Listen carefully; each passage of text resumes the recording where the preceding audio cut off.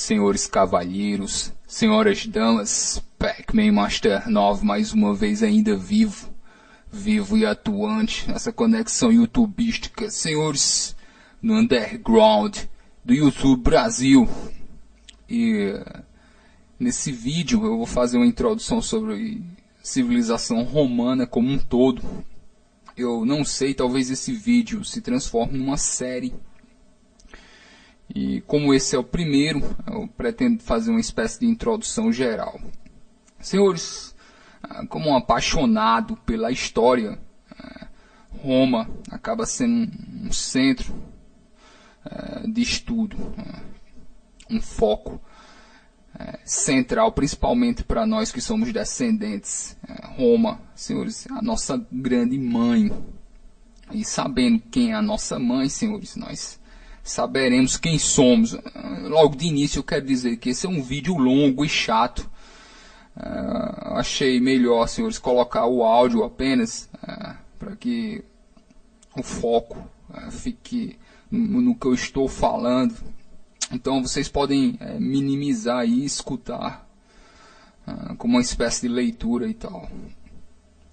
E, senhores, eu não vou editar, eu separei as minhas notas do que eu venho estudando ultimamente. E eu acredito que para uma introdução à sociedade romana, talvez esse vídeo seja o escopo, seja o foco desse vídeo. E a introdução, como viviam os romanos, eu já disse, já coloquei aqui minha postura como pesquisador da história, senhores, de que o importante são como as pessoas comuns vivem. Eu já apontei que a coleção História da Vida Privada, senhores, como os melhores livros de história que eu li, que eu venho lendo já. E a minha pesquisa histórica, eu não acredito que datas de, senhores, grandes personalidades apenas explique o que nós somos. Eu acredito que nós precisamos saber como as pessoas tinham suas vidas cotidianas, como elas nasciam, como elas morriam, como elas comiam, vestiam, faziam sexo. E é mais ou menos através dessa linha de pesquisa que eu pretendo falar sobre Roma. Então, senhores, o Império Romano ele tem algo que o diferencia dos demais. E é o seguinte: o Império Romano ele é um império bilíngue. O Império Romano ele é dividido em duas partes, senhores. E é interessante quem não souber ainda, manter isso em mente, porque daqui para frente eu vou falar em parte oriental do Império e parte ocidental do Império. E, senhores, a parte oriental falava grego e a parte ocidental falava latim. Então, você tem um império bilíngue. Você tem um império que ele é dividido em duas partes, com duas línguas e até um certo, vamos dizer assim, até um certo nível, duas culturas diferentes. Outra coisa também interessante notar é que, senhores, depois eu vou começar falando do início, antes da era cristã e tal.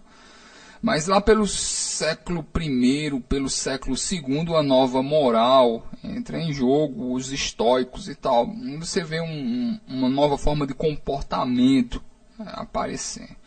Então, essas divisões básicas, é bom que as pessoas mantenham ali em mente. Primeiro, a divisão entre a parte oriental do Império, que falava grego, e a parte ocidental, que falava latim. Nós acreditamos hoje que a cidade de Roma, talvez ela tivesse entre 500 mil e 1 milhão de habitantes, mais ou menos. Esteve ao redor disso ao longo dos anos. Senhores, uma coisa que eu quero falar aqui é o seguinte: é como ocorrem os nascimentos em Roma. Primeiramente, como introdução geral ao Império Romano, como as pessoas nascem e como elas se tornam cidadãos, como elas se tornam membros da sociedade romana. Uma coisa interessante notar é o seguinte: hoje Uma pessoa, ela nasce, ela tem o direito à vida assegurado pelo Estado. Então, hoje, o Estado assegura que pessoas têm um direito à vida. Isso não ocorria no Império Romano. No Império Romano, a vida das pessoas pertencia às famílias delas, não ao Estado. E o Estado romano, pelo menos do que eu vejo até agora, são as famílias. A família é o centro de tudo. E vocês vão ver aqui das relações, eu vou falar um pouco das relações entre as crianças, os seus pais, suas mães, como isso se desenvolve na sociedade. Vocês verão que a família é o centro de tudo. E vocês verão, inclusive, que nós teremos grupos de famílias que se tornam clãs, mas a estrutura, a família é muito mais importante do que o Estado, porque, de certa forma, um indivíduo romano, ele é subjugado à família, seja ele um cidadão livre ou um escravo, isso não importa. Não importa se ele é um cidadão, não importa se ele é livre ou escravo, ele pertence a alguma família. E o cidadão, a pessoa livre, ela pertencerá a uma família, o escravo, ele também pertence à família. Ok, mantenha em mente em relação a isso. Então, nasce uma criança numa família romana, aquela pessoa, aquela criança, ela só fará parte da sociedade se o pai dela o quiser. Mais uma vez, a diferença com a nossa sociedade moderna. Porque a nossa sociedade moderna, você faz parte do Estado a partir do momento em que você nasce. Não é assim na sociedade romana. Sociedade romana, você tem que fazer parte da família, de uma família. Você tem que ser aceito por uma família, e não pela lei do Estado. E ocorria algo muito interessante em Roma, que é a ideia do infanticídio. Os pais matavam muitas crianças quando eles não desejavam. Então, vamos dizer assim, a criança nasce, ela tem, vamos dizer assim, ela tem esses 3 destinos. Ela pode ser aceita pelo pai, nesse caso ela fará parte da família e consequentemente ela fará parte da sociedade. E ela pode ser um filho bastardo, ou pode ser um filho ou uma filha bastarda, que é algo completamente normal em Roma. Assim, aos pais, hoje um pai negar um filho seria algo assim extremo, nós veríamos hoje. Mas em Roma Antiga não. Em Roma Antiga é completamente normal que os pais eles não aceitem os filhos por qualquer razão que seja. E eles não serão mal vistos pela sociedade. Então, o pai tem a opção do pai aceitar. Caso ele aceite, será um filho. Caso ele não aceite, há mais 2 caminhos. Um é o infanticídio em si, que a criança seja morta. E a outra é que ela se torne um filho bastardo. Algumas vezes, a mãe, a ama, alguns parentes secretamente tomam a criança como escrava. Mas aquela criança ela não terá nenhum direito, a menos que o pai dela diga isso. Como eu digo, é o pai que diz se você fará parte ou não da família e, consequentemente, da sociedade. E ele não precisa dar nenhuma desculpa para aceitar ou negar. Alguns bastardos têm essa sorte, eles sobrevivem. Alguns chegam a ser vendidos como escravos, entre parentes, para algum outro membro de uma família, e algum dia talvez eles venham a ser libertos. E aqui ocorre outra coisa muito interessante na sociedade romana, que é o seguinte: o escravo, ele leva o sobrenome da família. Isso é uma coisa que poucas pessoas não entendem. Falando de Roma, fazendo essa introdução geral à sociedade romana, é muito importante que nós falamos o lugar dos escravos. E a escravidão em Roma ela é totalmente diferente da escravidão que nós tivemos no século XIX, aqui nas Américas, por exemplo. Em Roma, um escravo ele é membro da família. E a outra coisa muito interessante, se esse escravo vier a se libertar, ele continuará com o sobrenome da família. Então, de certa forma, mesmo que ele seja um escravo liberto, ele ainda continua fazendo parte daquela família, inclusive podendo herdar bens, propriedades inclusive chegar mesmo a ocupar algum cargo de importância no Estado. Porque, como eu digo, ele continua com o sobrenome da família. Mesmo sendo um escravo, ele é um membro da família e ele tem aquele sobrenome. Então, isso é algo interessante nas relações entre os romanos. Então, é muito comum o abandono de crianças. Outra coisa que eu notei lendo a história romana é que ocorria o abandono de crianças como forma de protesto.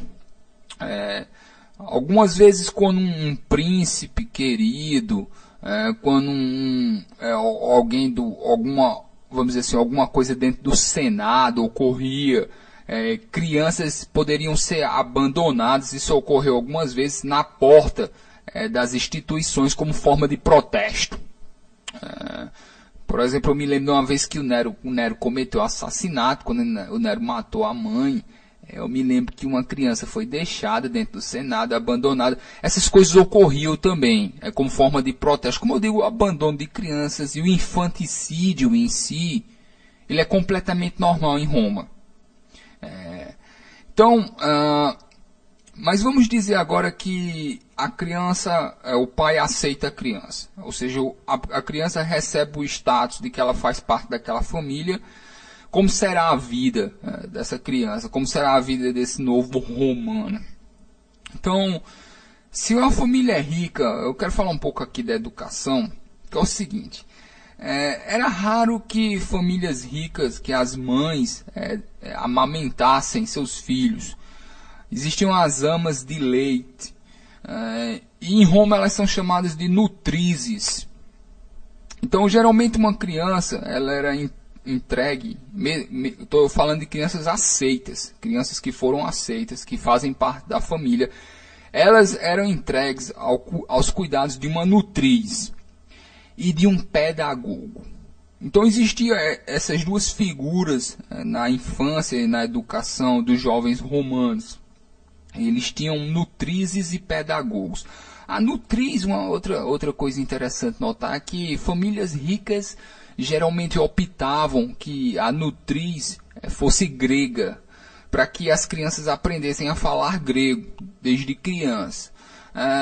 Porque, senhores, depois eu vou falar isso aqui mais à frente, mas apesar do Império ter essas duas divisões entre a parte ocidental e a parte oriental, a cultura grega sempre foi a elite, vamos dizer assim. E mesmo que você nascesse na parte ocidental, mesmo assim, se você quisesse ocupar alguma posição, seria muito provável que você tivesse que aprender grego. Porque grego era, vamos dizer assim, era o lugar da filosofia e tal. Já os gregos, eles não aprendiam latim, mesmo de grandes oradores. Os gregos eles desprezavam, às vezes eles algum grego uma vez ou outra chegava a aprender o latim por causa de questões de ocupar algum cargo público, vamos dizer assim, mas não era uma questão cultural. Isso é muito interessante também. As pessoas, então eu vejo assim, pelo menos agora colocando minha visão pessoal, que a parte ocidental do Império, a parte da qual nós descendemos, nós que viemos da Península Ibérica, essa parte eu vejo assim, vamos dizer assim, um desbalanço muito grande de cultura, porque pelo menos pelo que eu estudo até agora, eu vejo que a cultura realmente estava na parte grega, que o grego era a língua,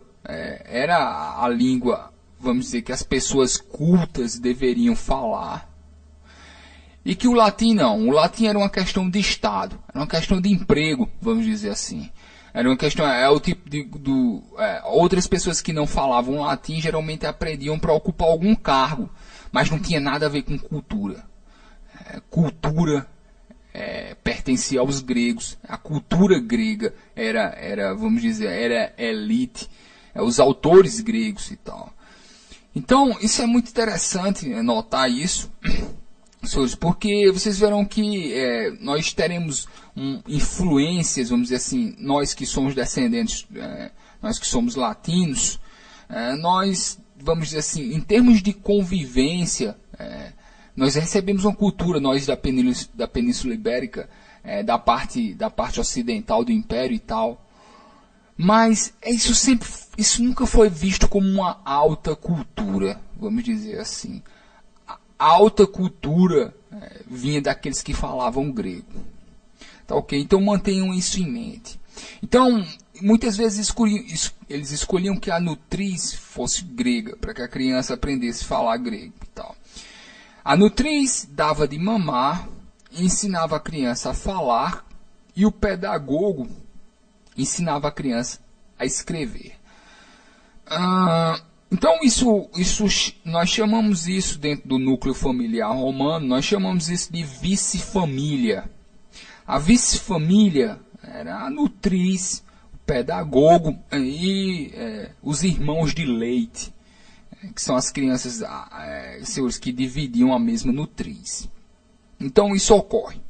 Ok, e outra coisa interessante é que nutrizes e pedagogos, eles serão amados ou odiados por esses romanos a sua vida inteira. Existem pessoas que, tomam conta de suas nutrizes e de seus pedagogos quando eles se tornam velhos e tal, dado que alguma afetividade, né? Outra coisa interessante, as mulheres, a média de filhos, parecia que existia um número perfeito para que uma mulher, a quantidade de filhos que ela teria, que seria 3 filhos. 3 filhos é uma espécie de número padrão, porque uma mulher que tivesse 3 filhos é como se ela tivesse cumprido o seu papel na sociedade. 3 filhos. Eu estava falando aqui da vice-família, ou seja, que é a nutriz, o pedagogo, os irmãos de leite. Crianças geralmente são levadas para serem educadas em casas de campo. Quem pode fazer isso? Geralmente uma casa de campo é gerenciada por uma avó materna ou por uma avó materna ou paterna. E lá estão as nutrizes, os pedagogos, os irmãos de leite e tal. Não se considerava que o ambiente urbano fosse adequado para a educação de crianças. Então, se os pais tinham condição de mandar as crianças para o campo, para aprenderem a cavalgar, a lutar, a aprenderem a ler e tal. E quando elas tivessem uma certa idade, elas viriam para a cidade, ou elas viriam à cidade de vez em quando, nos finais de semana e tal. Mas existe, vamos dizer assim, esse costume romano de mandar as crianças para essas casas de campo, para as crianças com suas nutrizes e pedagogos, né? Mais uma vez, as famílias que podiam. E quando as crianças estavam em casa com os pais, geralmente elas almoçavam com as nutrizes e com os pedagogos, e elas jantavam com os pais. O jantar geralmente era, vamos dizer assim, a cerimônia onde a família se encontrava. Ok. Coisa muito interessante aqui notar é a questão da adoção. Da mesma forma que é extremamente comum em Roma você abandonar crianças e mesmo matá-las, também é extremamente comum você adotar pessoas, não só crianças, pessoas. Porque mesmo adultos, eles podem ser adotados em Roma. O fato de você ser adotado em Roma não é o fato de você ser adotado quer dizer que você foi aceito por uma família. Não quer dizer que algum pai, alguma mãe te pegou para criar. Então, mesmo que você fosse uma pessoa adulta, se houvesse vamos dizer, alguém que não tivesse filhos ou que os filhos tivessem morrido, você poderia adotar qualquer pessoa com qualquer idade, mesmo escravos, senhores e tal, adotavam pessoas que não tinham herdeiros. Tá entendendo? Então é completamente normal a adoção também. E a adoção ela não é só adoção para criar uma criança. A adoção é um ato de pegar uma pessoa e trazer ela para dentro da família. Tá ok. Então, senhores, outra coisa, falando aqui em pessoas que sabem ler e escrever em Roma. Letrados e iletrados. existiam pessoas pobres que sabiam ler e escrever? Sim, existiam. Principalmente em centros urbanos. Você tinha alguns mestres que ensinavam os rudimentos da gramática. E hoje nós sabemos que a literatura ela circulava mesmo nas camadas mais baixas da população. Então, mesmo em pessoas muito pobres e até mesmo escravos, existiam pessoas letradas ali. E o nível, vamos dizer assim, o nível em que essas pessoas, o nível de cultura variava. Porque existem pessoas que sabem ler, vamos dizer assim, mas para que você exerça alguma função pública, você não precisa somente saber ler e escrever, você precisa saber usar a linguagem, vamos dizer assim, você precisa ter um certo conhecimento de retórica, você precisa, o que nós dizemos hoje, de falar bem. E para um político, principalmente, isso é necessário. Então, existiam vários níveis de cultura em todas as camadas da população. Você tinha pessoas pobres, pessoas muito pobres, muito simples, que sabiam ler o suficiente, por exemplo, para conhecer os grandes clássicos da literatura, os grandes autores. Vocês tinham pessoas que sabiam ler e escrever, mas que não tinham, como não tiveram aulas de oratória, eles não poderiam ocupar alguma posição, mesmo sabendo ler e escrever. Até porque os documentos públicos, as cartas públicas, elas precisavam ser escritas em um determinado estilo, com uma determinada formalidade. Não era só o fato de saber ler e escrever. Tá ok, tá entendido isso aqui, né? Então nós temos pessoas com vários níveis de cultura em todas as camadas da população, desde aqueles que sabem apenas, desde os analfabetos. Nós temos, aliás, durante a história, nós temos muitos reis e imperadores que foram analfabetos. Nós tivemos pessoas simples que conheciam grandes autores. E a literatura romana, na verdade, ela circulava bem mais do que os limites do Império Romano. Nós sabemos que mesmo em lugares muito distantes, como a Gália, por exemplo, em Lyon, nós encontramos, tinham textos em latim lá, por exemplo, lugares totalmente fora do Império Romano. Né? E mesmo onde hoje é a Inglaterra, né? A Bretanha e tal. Então, senhores, nós temos esses mestres em pequenos centros urbanos que ensinam os rudimentos da gramática, mas os filhos das pessoas ricas, eles precisavam saber mais do que isso. Para ter alguma função, eles precisavam conhecer algo de oratória, eles precisavam se expressar bem, eles precisavam falar bem em público. Eles precisavam deixar claro as ideias. E para construir esses discursos voltados ao público, eles teriam que conhecer de mitologia, mas como questões de estilo, vamos dizer assim, conhecer os grandes autores, os grandes oradores, porque, vamos dizer assim, para que eles falassem, para que a oratória deles fosse melhor, mas numa questão estética, vamos dizer assim. Em Roma existe muito isso de você aparecer, vamos dizer assim. Não é uma questão prática em si. Você fala bem para mostrar a sua superioridade, ou pelo menos a superioridade social da sua família. Então você aprende a se expressar bem, você conhece a mitologia, você conhece os clássicos, mas com sentido de status social. Não é esse conhecimento científico que nós teremos posteriormente. É mais algo voltado para o público. É como se fosse, quase como se fosse um espetáculo, vamos dizer assim. E eu acredito que os discursos no Senado, os discursos na política romana, tinham muito dessa teatralidade, né? É algo para aparecer, algo estético, falar bem, falar bonito, conhecer os clássicos. Estava aí a educação, senhores. E eu quero colocar aqui agora, vamos dizer, a idade com que esses jovens romanos deixavam de ser crianças. Nós temos nós temos duas datas. Nós temos os 12 anos de idade e os 14 anos.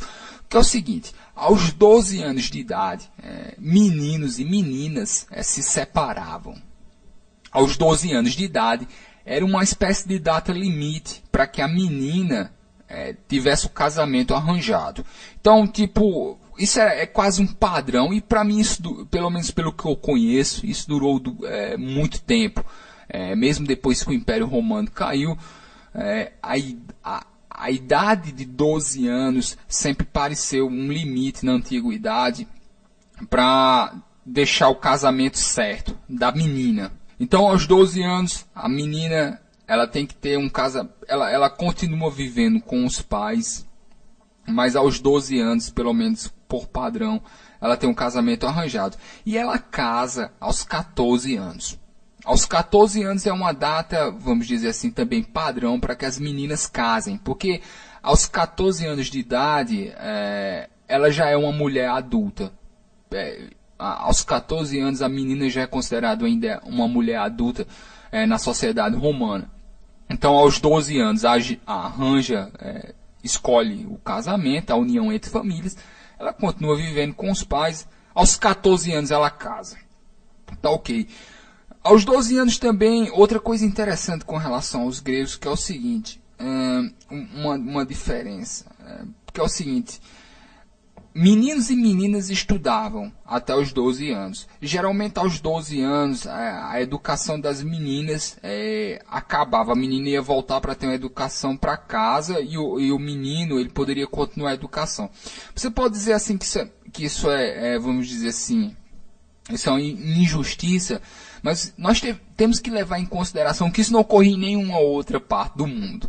E o que nós sabemos das civilizações mais antigas é que as meninas não chegavam nem a estudar.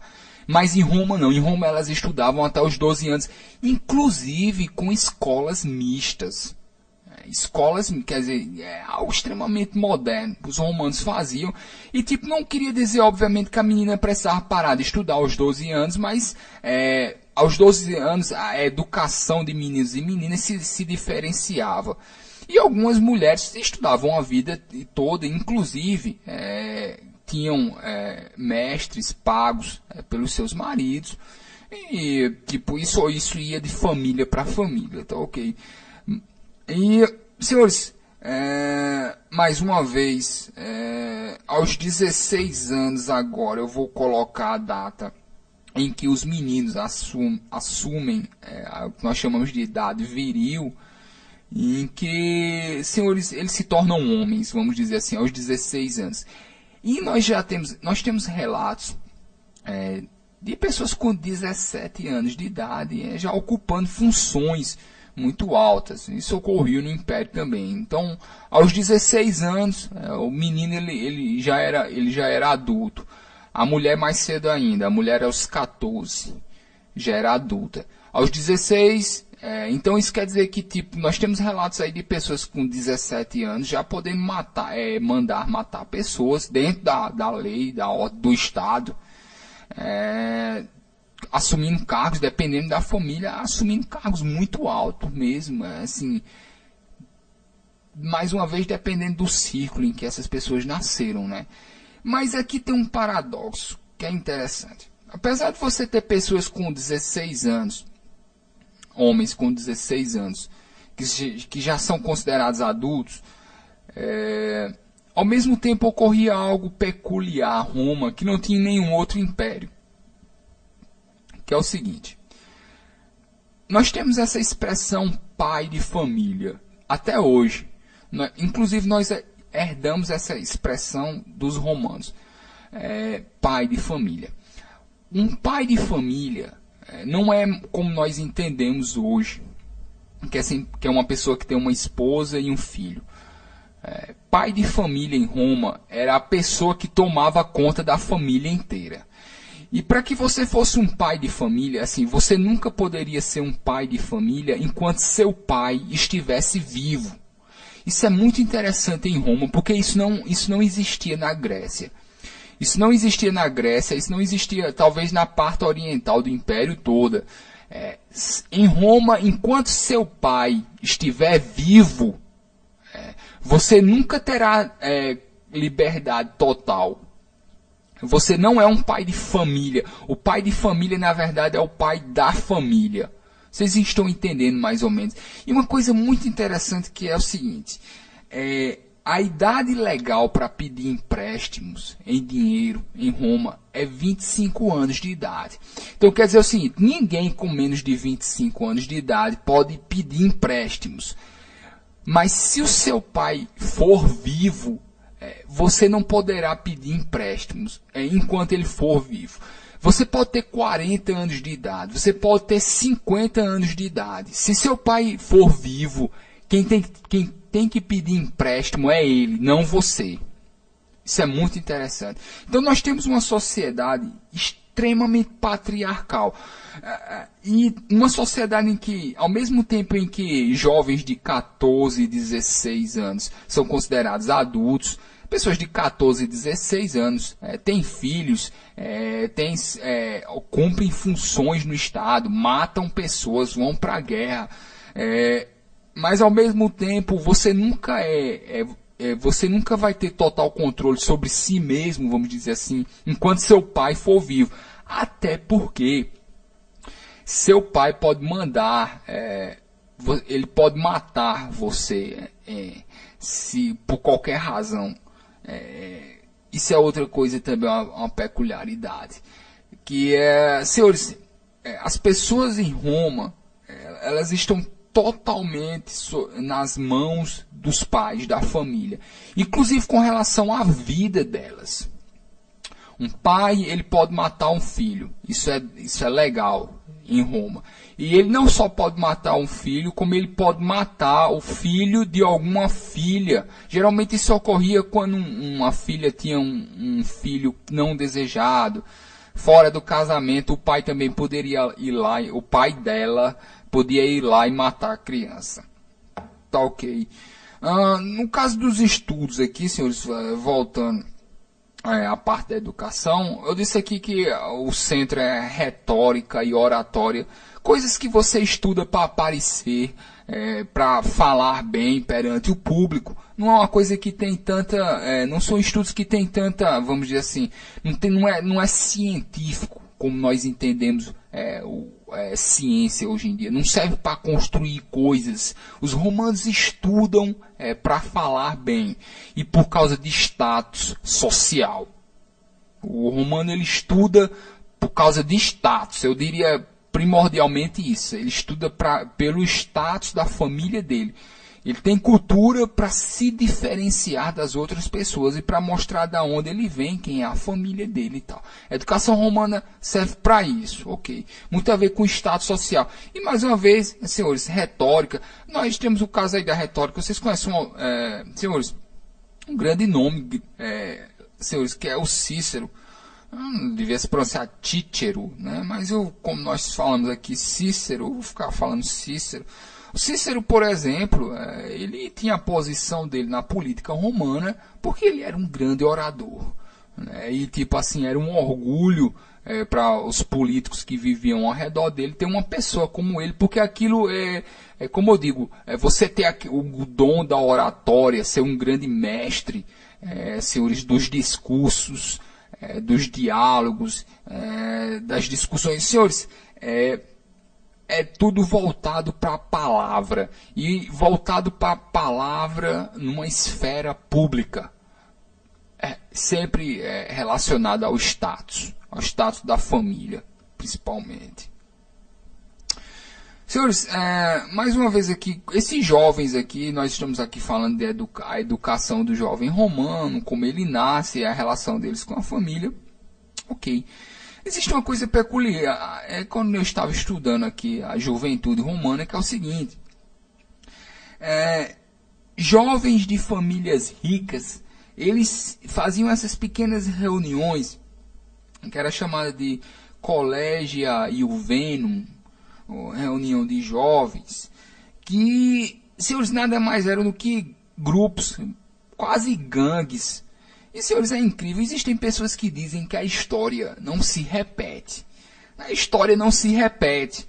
Senhores, nós vemos esses filhinhos de papai hoje em dia. Essas pessoas, filhinhos de papai que saem para bagunçar à noite e que, senhores, espancam pessoas, matam pessoas, senhores, estupram, cometem. Nós sabemos esse tipo, né? Nós aqui, eu acredito que isso exista em vários países, não só aqui no Brasil, mas é quase como algo cultural.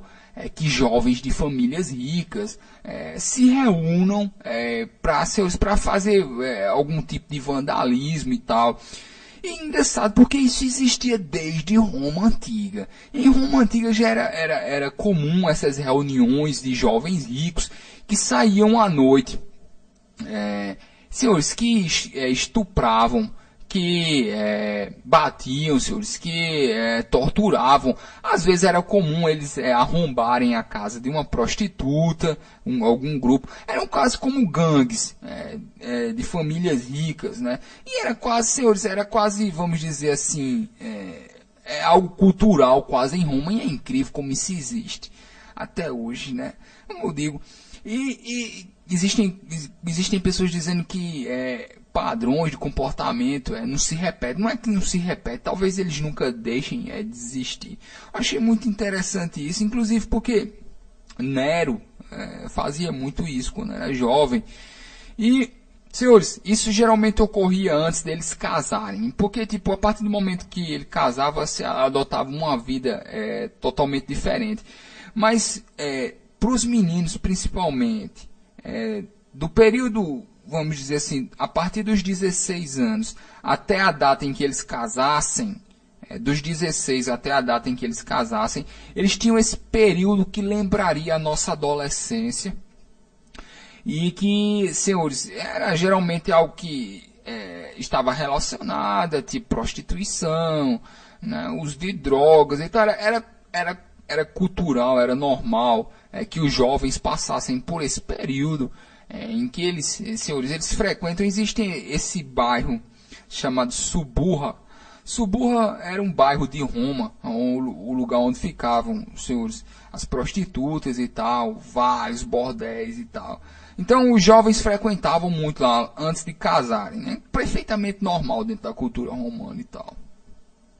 Eu falei aqui do pai de família, que é o seguinte: não importa quantos anos você tenha, você só é completamente livre quando seu pai está morto, porque até o momento em que seu pai morre, você sempre responderá a ele, e ele sempre terá mais, a voz dele sempre será maior do que a sua em qualquer esfera da sociedade. Não importa.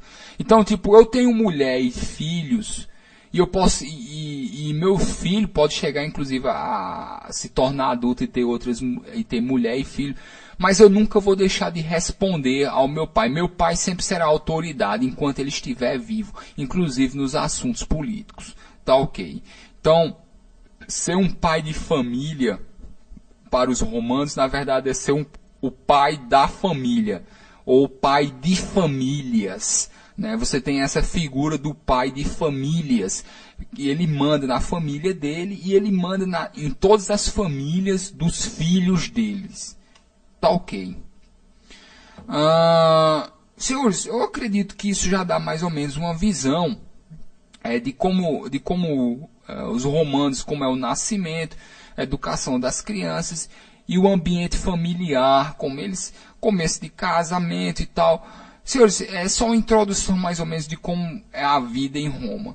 Então eu acho que eu já vou aqui, se eu já passei mais de meia hora, eu vou acabar o vídeo. Então, senhores, eu volto. Vamos ver se eu continuo com essa série romana, tá ok? Sobre a civilização romana. Então eu espero ter passado algumas informações, dá mais ou menos para ter uma ideia, vamos dizer assim, um retrato de como é a família romana, tá ok? E senhores, eu voltarei para continuar. Senhores cavalheiros, antes de qualquer coisa, senhores, tem a página no Facebook. Curtam a página e cliquem em receber notificações. É porque parece que assim é mais... você receberá as notificações, porque nem todas as notificações aparecem para todo mundo. Tá ok, galera?